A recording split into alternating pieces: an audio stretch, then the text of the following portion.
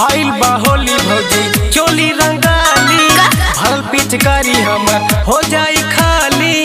अच्छा हो जाई खाली। आइल बा होली भौजी चोली रंगाली भरल पिचकारी हमर हो जाई खाली। बोला ये भौजी रंग कहाँ कहाँ डाली।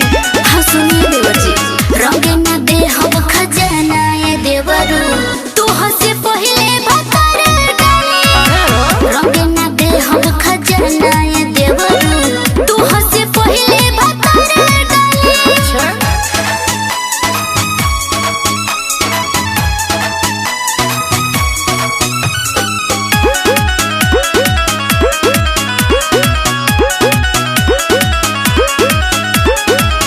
ऐसे भौजी करा जानी माना आइल बा होली मना हमरो तू कहना।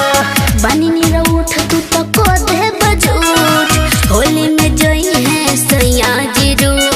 अरे मान जाओ ऐसे भौजी करा जानी माना आइल बा होली मना हमरो तू कहना। बनी नीरा उठ तू तो को दे बजूट, होली में जोई है सैया जीरू। होई ना खराब भौजी ओठवा के लाली। रंग न दे हम खजाना ये देवरू, तू हंसे पहले भतर डाली।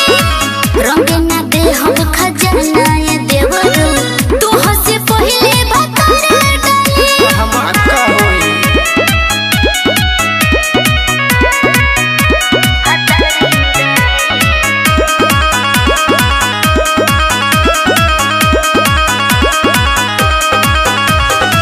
देखी के भौजी तोहर हबड़ा ब्रिज के काबू में राखी कैसे हम अपना चीज के। ऐसे न